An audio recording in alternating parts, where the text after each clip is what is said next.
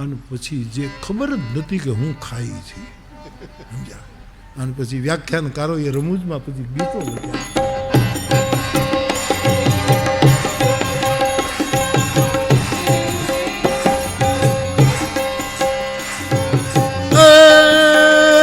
મગન ખાવે 25, રામચંદ્ર કુ 32, આનંદ રામ કુ 38, દાળ 30 કટોરા. મગન નામના ભૂદેવ હતા. મગન 25 લાડુ ખાઈ ગયા. બમન લાડુ મંગવાય, બમન લાડુ મંગવાય, લાડવા જ માંગે, લાડુ લાડુ. મગન નામના બ્રાહ્મણ દેવતા 25 ખાય. મગન ખાવે 25, આનંદરામ કુંવાડ, આનંદરામ નામના દાદા હતા, 38 ઉપાડી ગયા. આનંદરામ કુંવાડ 30, દાળ 30 કટોરા, દાળ 30 કટોરા, 30 કટોરા દાળ પી. એમને લાડવા કેમ જાય? દાળના કટોરા કટોરા હારો વચ્ચે વચ્ચે 2-3 લાડુ ઉપાડે, વચ્ચે એક દાળનો વાટકો પી જાય.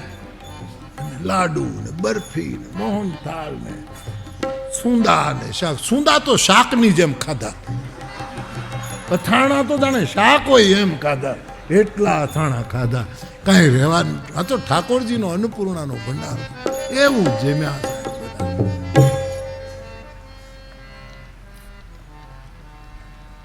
બધા જમી લીધા છે, ભરપેટ ભરકંઠ જમ્યા છે. બધા મહેતાજી લીલા લહેર થઈ ગયો, બાપ ખુશ રહો.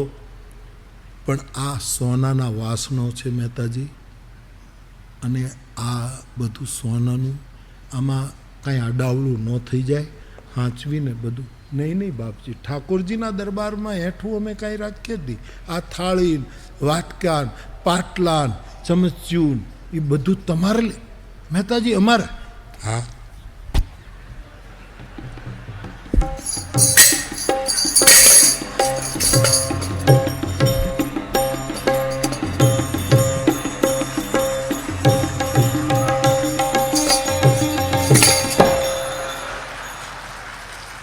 દાળના રગેડા પાછળ ઉતરે.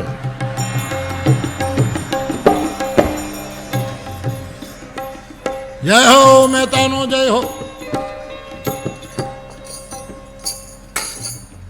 એક દાદાએ કીધું કે નંદનંદન, ઘણાના નંદનંદન નામ હતા ગામ. તમને એમ થાય કે એકનું એક કેમ ઘણા નામ ન હોય? આટલું મોટું ગામ હોય એકના એક નામ. આ છોકરાનું નામ નંદનંદન. દીકરા, મારા પગમાં મેં મોજડી પહેરી છે કે કેમ? કારણ કે મારાથી હેઠું જોવાતું નથી, એટલું અહીં સુધી કંઠભેર, કંઠભેર. અને છેલ્લે ભજીયા ખાધેલા કોઈક જો મોઢું પોળું કરે ને આંગળી નાખે, ડીટિયા સહિત ભજ્જું નીકળી જાય. અહીં સુધી ખાધેલું, નીચું જ ન જોયા. મારા પગમાં મારા પગરખા છે. છોકરો હું નંદનંદન કહે, દાદા હું તમારી ચોટલીને આધારે હાલ્યો આવું છું, મને હેઠું જોવાતું નથી, હું અહીં ઉધી છું, તારો વંશ છું મારા બાપ, હું તારો વંશ છું મારા બાપ. અને સાહેબ, દાળના રેલાની ધારું થાય, એક બાજુ પરસેવો, એક બાજુ જનોઈ, એક બાજુ દાળના રેલા. ઘણા તો વાટકામાંથી બટકા, બોલા બટેટાના રે બટકા પડતા જાય બટેટાના, અને આખું બધું નીકળ્યું છે. જય હો જય. અને ઠાકોરજી દરવાજે ઊભા છે. જે બ્રાહ્મણ દેવ નીકળે એને મુઠ્ઠી મુઠ્ઠી હોના મોર દક્ષિણા આપે. જય હો જય હો કરતા કરતા પેલા કુળ ગુરુ જે હજી પાન ચાવે છે માઢ બેડી ઉપર, ત્યાંથી નીકળ્યા અને આ બધું જોયું. અરે મને એવી શું અક્કલ નીકળી કે મેં એને લખી દીધું કે તું મારો યજમાન નહીં, હું તારો ઘર નહીં. બારીમાંથી કીધું, નાગર દેવતાઓ કે તમે નથી ગયા દાદા? નરસિંહ મહેતાએ તો ગજબ કર્યો છે. હા હા હા, શું લૂંટાયું છે. અને તમે તો કુળગોર કે મારું ભાગ્ય ફૂટી ગયું, મેં આવું લખી દીધું. બધા જમીન જાય છે. ઠાકોરજીને થયું કે હવે મારે જવું જોઈએ. મહેતી થાક લાગ્યો છે. સૃષ્ટિનું સંચાલન કરવાનો હરિને થાક ન લાગે, પણ ભગતની ભીડ ઉપાડવાની હોય ને ત્યારે એને પરસેવો થઈ જાય, ક્યાંક લાજ ન જાય હરિ નામની, તેથી મારા નામને બટો લાગશે. મને થોડોક થાક લાગ્યો છે, દામા કુંડે નાઈને પછી આવું. અને મહેતીએ કીધું કે મોડું કરતા નહીં, હવે મારે ખાસ કામ છે, હવે મારે બધો હિસાબ લેવો. દ્વારકા વાળો નીકળી ગયો છે.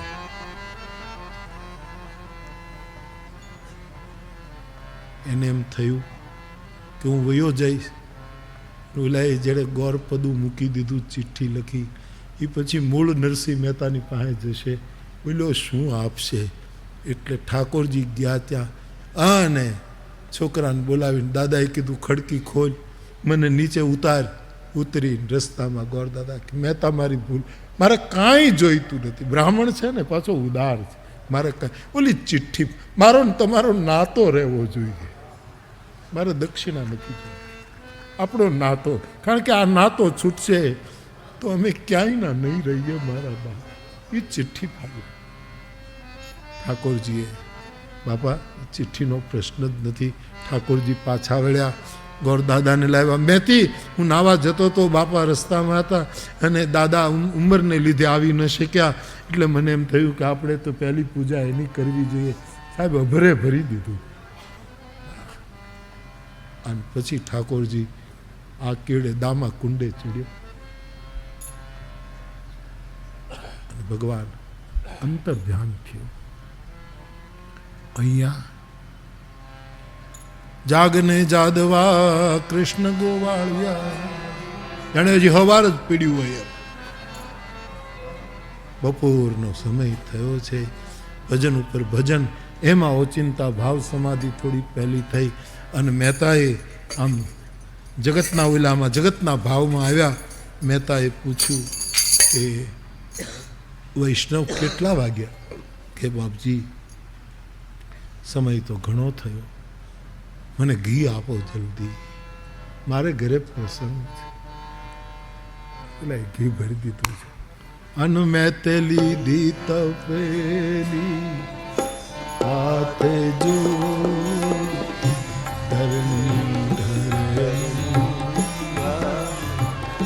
એ મુખ ગોવિંદ ગોવિંદ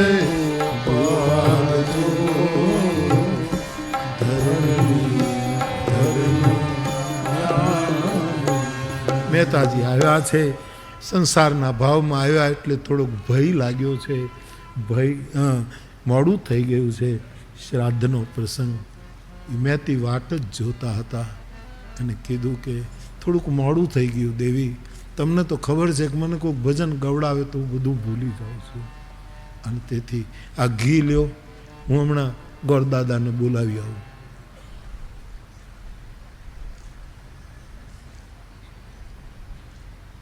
મહેતાજી,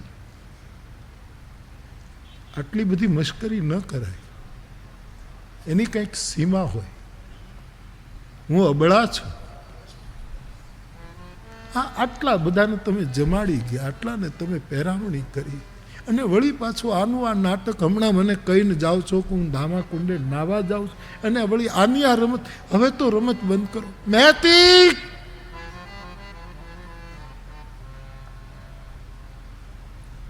ત્યારે ભાન ગયું, ચારે બાજુ જુએ, હજારો માણસો જમી ગયેલાના બધા બોલા પીડ્યા છે. મહેતી કે હા બધું થઈ ગયું. કોણ હતો? કે તમે તો હતા. મહેતી, હું હતો? તમે જ હતા. તો એ હું ક્યાં ગયો? એ હું ગયો ક્યાં?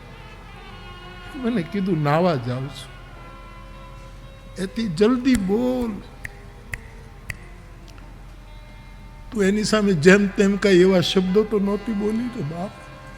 કે કેમ? હું તો બોલી ગઈ. અરે, અને સાહેબ કરતાલ લઈ અને દોટ મૂકી છે. દામા કુંડ આવે છે ત્યાં તો તત્રૈવાંતર ધ્યેય, ભગવાન જેમ ગોપીઓના મંડળમાંથી અંતર ધ્યાન થયો હતો એમ ભગવાન અંતર ધ્યાન થયો. દામા કુંડને પગથિયે ઊભો રહી અને આમ ગિરનારની સામું જોયું, દત્તની સામે જોયું, ચારે બાજુ જોઈ અને કીધું કે આખા જુનાગઢને જમાડીને ગયો ને મને ભૂખો રાખીશ. અને પછી તો એને પ્રગટાવવાનો રાગ હાથ વગો હતો. એના પહેલાના પ્રસંગોમાં એ રાગ મુક્ત થઈ ગયો હશે. પછી કેદાર છેડ્યો છે. બે કસ पे कर्म कीजिए सरकार मदीना, दर्शन दो घनश्याम नाथ मेरी अखिया पास. અને તુલસીની ભાષામાં કહું તો તુમ દયાલ દીન હો, તુમ દાनी હો,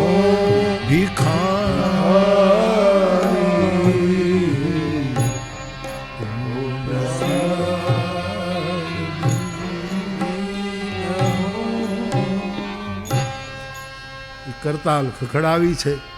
શ્રી હરિ પ્રગટ થયા છે દામા કુંડની પાસે. મહેતા મારા બાપ, મારા પિતાનું શ્રાદ્ધ તો ત્યારે જ પહોંચે જ્યારે તું મારે ઘરે બેહીને જમે. આવો.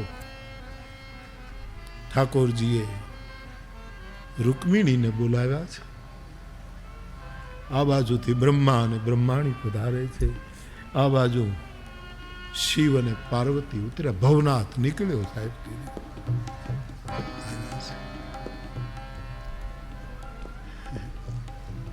હવે આસન્યાય નહોતા.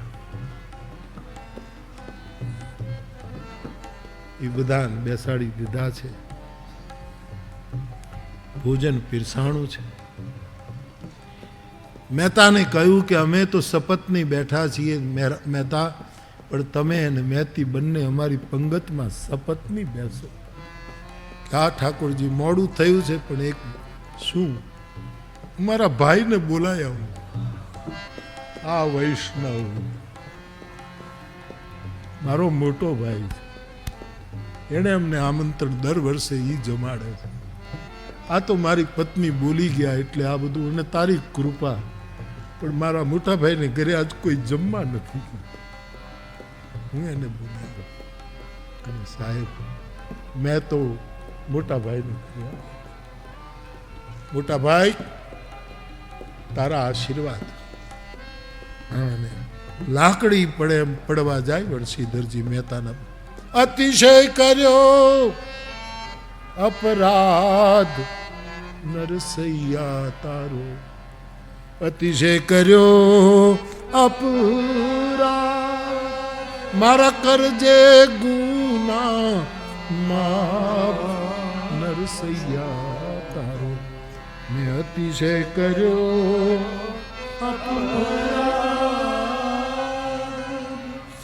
મહેતાજી પડી ગયા કે તારા આશીર્વાદ મોટા ભાઈ, તમારા આશીર્વાદે ઠાકોરજીએ મોટા ભાઈ અને ભાભીને લીધા છે સાથે. અને સાહેબ ઠાકોરજીની પંગતમાં નરસિંહનો મોટો ભાઈ ને ભાભી, કુળમાં એકાદું ભગત થાય ને તો આખા કુળને ઠાકોરજીની હારે બેહાડી દે. રામાયણમાં લખ્યું છે સાહેબ, 100 કુલ ધન્ય, 100 કુલ ધન્ય ઉમા સુનુ જગત પૂજ્ય સુપુનીત શ્રી રઘુવીર પરાયણ જેહી નર ઉપજ બિનીત. બધાએ પ્રસાદ લીધો છે. શ્રી રાધે ગોવિંદ ભજ મન શ્રી.